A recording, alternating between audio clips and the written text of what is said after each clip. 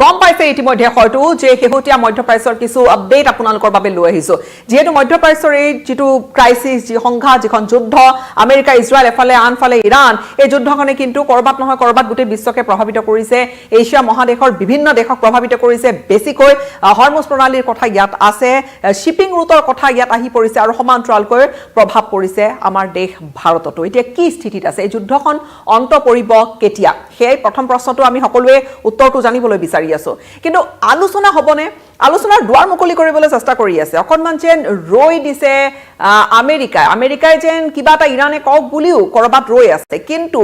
কি স্থিতি লৈছে ইৰানে এই মুহূৰ্তত সেই বিশেষ টপিক আপোনালোকৰ বাবে লৈ আহিছো সেই বিশেষ বিষয় আপোনালোকৰ বাবে লৈ আহিছো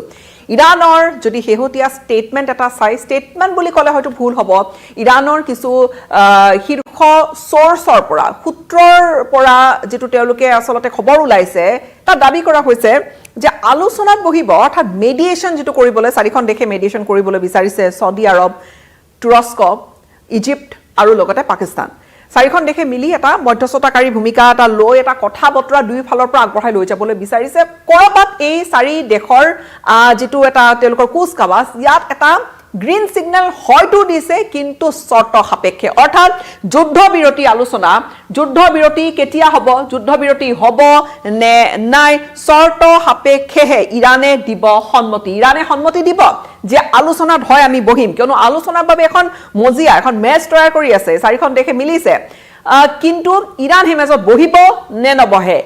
শৰ্ত দিব ইৰানে আৰ সেই শৰ্ত কেটা একেবাৰে স্পষ্টকৈ তেওঁলোকে কৈছে পূৰ্বতেও তেওঁলোকে পাঁচটা কন্ডিশন বাহিনী দিছিল আৰু এই পাঁচটা কন্ডিশনৰ দৰে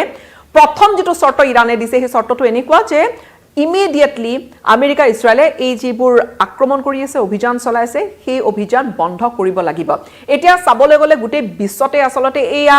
ব্যালেন্স কি ধৰণে হৈ আছে আমেৰিকাই কৰবাত ইৰানক আন্ডাৰ এস্টিমেট কৰিল নেকি এই বিষয়বোৰ আলোচনা হ'বলৈ আৰম্ভ কৰিছে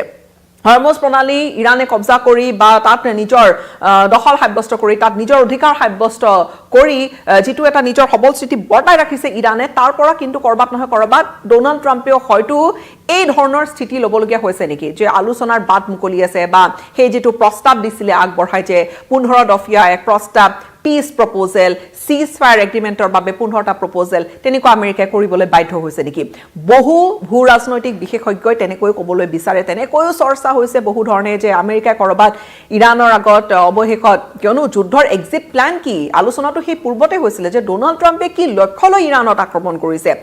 ৰিজিম চেঞ্জ এটা লক্ষ্য নে নিউক্লিয়াৰ যি তেওঁলোকৰ এক্টিভিটি পাৰমাণৱিক যিবোৰ তেওঁলোকৰ ফেসিলিটি আছে সেইখিনি মূল লক্ষ্য নে মিসাইল টেকনলজি যেটো দেখুৱাই দিছে ইৰানে যে তেওঁলোকৰ হাতত মিসাইল টেকনলজি কিমান এডভান্স মিসাইলছ তেওঁলোকে তৈয়াৰ কৰি ৰাখিছিলে বা মজুত কৰি ৰাখিছিলে ড্ৰোন টেকনলজি কি আসলতে আমেৰিকাই আক্ৰমণ কৰাৰ কথা লক্ষ্য বহুবাৰ ডোনাল্ড ট্ৰাম্পে বেলেগ লক্ষ্য কৰিছে উল্লেখ আৰু তাৰ পৰা ইৰানত আসলতে ৰিজিম চেঞ্জ কৰিবলৈ বিচাৰে নে কি বা যুদ্ধখন কেনেকৈ আৰম্ভ কৰিলে ইজৰাইল এটা স্থিতিৰ অৱশ্যে স্পষ্ট ইজৰাইলে কৈ আহিছে যে ইৰাণ আমাৰ বাবে ভাবুকি আৰু সেইটোৱে আমাৰ পইণ্ট কিন্তু আমেৰিকাৰ ফালৰ পৰা কেতিয়াবা ডোনাল্ড ট্ৰাম্পে এনেকৈও কৈছে মাৰ্কিন ৰাষ্ট্ৰপতি গৰাকীয়ে যে ইৰাণ আমাৰ বাবে ভাবুকি নহলে আমাৰ ওপৰত আক্ৰমণ কৰিব আমাৰ বাবে ক্ষতি কৰিব সেইবাবে আমি আক্ৰমণ কিন্তু ষ্টেটমেন্টবোৰ কৰবাত নহয় কৰবাত সলনি হৈ গৈ আছে আৰু তাৰ মাজতে এতিয়া বহুতে এনেকৈ কৈছিল যে ডোনাল্ড ট্ৰাম্পে যুদ্ধখন আৰম্ভ কৰি দিলে ইজৰাইলে যুদ্ধখন আৰম্ভ কৰাৰ লগে লগে ডোনাল্ড ট্ৰাম্পে সহায় সহযোগিতা কৰি যুদ্ধখন চলাইছে কিন্তু এক্সিট প্ল্যান কি হ'ব পাৰে অৰ্থাৎ এক্সিট প্ল্যান মানে কিবা এটা আলোচনাৰ মাধ্যমেৰে সিজফায়াৰলৈকে যাব কিন্তু সেই সিজফায়াৰ এইবাৰ কিন্তু ইৰানে স্পষ্টকৈ কৈছে যে সময় আমি নিৰ্ধাৰণ কৰিম কন্ডিশনস আমি নিৰ্ধাৰণ কৰিম যুদ্ধবিৰতি হ'ব কেনেকৈ কন্ডিশনস আমি নিৰ্ধাৰণ কৰিম এতিয়া ইয়াতে আসলতে গুটেই পাক লাগি আছে বুলি ক'ব পাৰি যে যুদ্ধবিৰতি হ'ব নে যুদ্ধবিৰতি নহয় এতিয়া মেডিয়েশনৰ কথা যেটো আহিছে ইৰানৰ শীৰ্ষ একাংশ বিষয়াৰ ভিত্তিতে কিছু তেওঁলোকৰ ভাষ্য বা তেওঁলোকৰ স্থিতিৰ ভিত্তিতে এই খবৰটো ওলাইছে কৈছে আনুষ্ঠানিক ঘোষণা এতিয়া কৰা নাই আনুষ্ঠানিক ঘোষণা ইৰানে নিজৰ চৰ্তক এটা কৰি দিছে আলোচনাৰে এটা সমাধান আগবাঢ়িব পাৰে ডিপ্লোমেটিক দুৱাৰ হয়তো মুকলি হৈছে আৰু এই ডিপ্লোমেটিক চ্যানেল মুকলি হৈছে অৰ্থাৎ 31 মাৰ্চৰ পৰা 1 এপ্ৰিলৰ ভিতৰতে কিবা এটা সিদ্ধান্ত হ'ব এটা গুটেইখিনি নিৰ্ভৰ কৰিব এই চাৰিখন দেশে মিলি কি ধৰণে মধ্যস্থতাকাৰী ভূমিকাটো লয় তেওঁলোকে ইৰানৰ চৰ্তখিনি কি ধৰণে আমেৰিকাৰ আগত ৰাখে আৰু আমেৰিকাৰ কিখিনি কথা সেইখিনিটো ইতিমধ্যে ডোনাল্ড ট্ৰাম্পে কৈয়ে দিছে এতিয়া ইৰানে কন্ডিশনালি অৰ্থাৎ চৰ্ত সাপেক্ষেহে যোগদান কৰিম বুলি কৈছে যে মেডিয়েশন কৰিব আমি যোগদান কৰিম আমি ইয়াত যোগ দিম কিন্তু আমাৰ মতে কিছুমান থাকিব তথ্য ইউনাইটেড ষ্টেটছৰ লগত আমেৰিকাৰ লগত প্ৰথম কথাটো কৈছে যে একেবাৰে অনতি পলমে যিবোৰ এটেক কৰি আছে সেয়া বন্ধ কৰিব লাগিব আৰু কংক্ৰিট সিকিউৰিটি মেজাৰ্স আমাক লাগিব এতিয়া কংক্ৰিট সিকিউৰিটি মেজাৰ্স বুলি ইৰানে কোৱাটো অৰ্থাৎ আমাক সুনিশ্চিত এটা আমাক নিশ্চিতি এটা লাগিব যে আৰু আক্ৰমণ নকৰে গ্যাৰান্টি এটা লাগিব যে আকৌ আক্ৰমণ নকৰে কিয়নো আমেৰিকা আৰু ইৰানৰ যদি ইয়াৰ পূৰ্বৰ যিখিনি আলোচনা জেনেভাত হৈছিল হে আক্ৰমণ হৈ গ'ল ইৰানৰ ওপৰত অভিযান চলাই দিলে আৰু অভিযানৰ চলাব যে তেনেকুৱা এটা বিল্ড আপ হৈয়ে আছিলে ইয়াৰ পূৰ্বতেও নিউক্লিয়াৰ এগ্ৰিমেণ্ট সন্দৰ্ভত কেইবালানি আলোচনা হৈছিল তাৰ পিছত এটা ডাঙৰ পজ এটা ডাঙৰ গ্যাপ আৰু তাৰ পিছত আকৌ এই যেটো আৰম্ভ হৈ গ'ল যুদ্ধ ইয়াৰ পিছত আৰু নকলেও হ'ব হয়তো দুনাই কথাখিনি এতিয়া ইৰানে স্পষ্টকৈ নিজৰ কন্ডিশনাল কনসেন্টৰ কথা কৈছে যে সন্মতি দিম কিন্তু ইয়াত কন্ডিশনছ আছে ইয়াত কিছু শৰ্ত আছে আৰু তেনেকৈ যিখিনি খবৰ ওলাইছে ডিপ্লোমেটিক চ্যানেল মুকলি হৈছে যদিও এই শৰ্তখিনি খুব গুৰুত্ব দিছে যে ইমিডিয়েটলি বন্ধ কৰিব লাগিব আক্ৰমণ আৰু দ্বিতীয়তে সিকিউৰিটি গ্যাৰান্টি ভৱিষ্যতলৈকে থাকিব লাগিব এই যেটো মেডিয়েশনৰ এটা প্ৰক্ৰিয়া আৰম্ভ হৈছে মধ্যস্থতাকাৰী ভূমিকা লৈছে চাৰিখন দেশে এতিয়া কোট আলোচনা হ'ব হয়তো হেয়া আনুষ্ঠানিকভাৱে তেওঁলোকে ঘোষণা কৰিব কিন্তু কৰবাত পাৰ্শিয়াল এটা সিজফায়াৰ হ'ব পাৰে নেকি হয়তো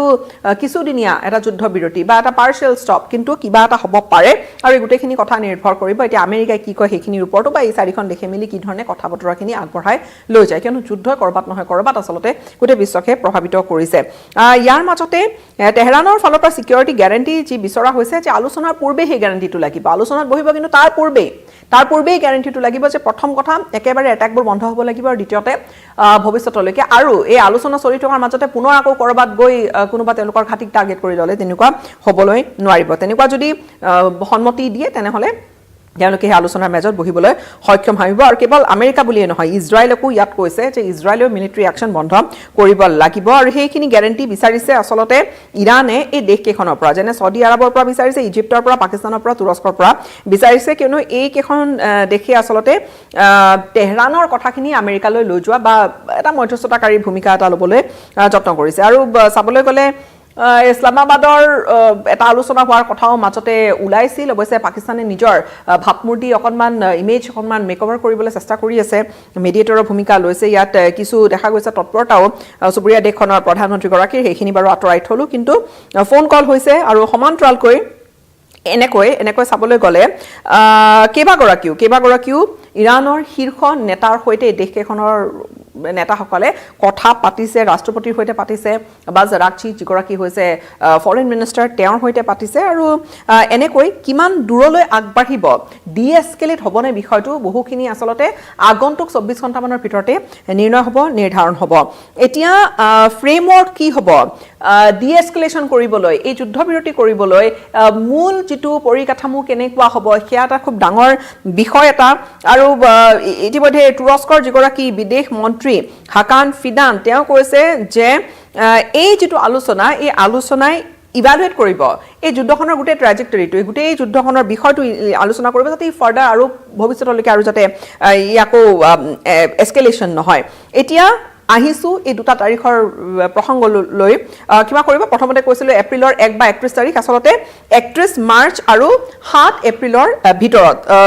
পুনৰবাৰ শুধৰাই দিছো 7 এপ্ৰিলৰ ভিতৰত মেডিয়েশন এটা হ'ব অৰ্থাৎ মাজত এই 24 ঘণ্টা ধৰি লওক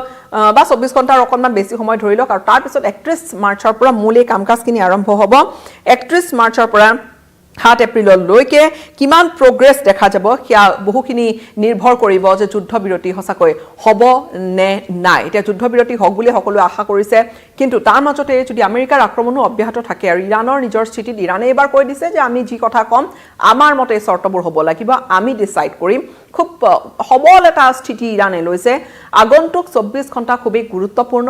চাৰিখন দেশ মিলি মেডিয়েশনৰ চেষ্টা এটা কৰিছে প্ৰক্ৰিয়াটোত কিমান সফল হয় বহুখিনি নিৰ্ভৰ কৰিব এই সামগ্ৰিক যেটো এটা ৰিজনাল কনফ্লিক্টে চূড়ান্ত ৰূপ লৈছে যিয়ে বিশ্বৰ অৰ্থনীতিত প্ৰভাৱ পেলাইছে এই গোটেই কনফ্লিক্ট বন্ধ হয় নে নহয় ফুল ষ্টপ আহি পৰে নে নপৰে কিন্তু এটা কথা নিশ্চিত এইখন যুদ্ধ যদি দীঘলীয়া হৈ গৈ থাকে তেনেহলে কিন্তু বহুখিনি জটিলতা আহি পৰিব কেৱল পশ্চিম এছিয়াতে সীমাবদ্ধ নাথাকে এই জটিলতা গোটেই বিশ্বই সামৰি ল'ব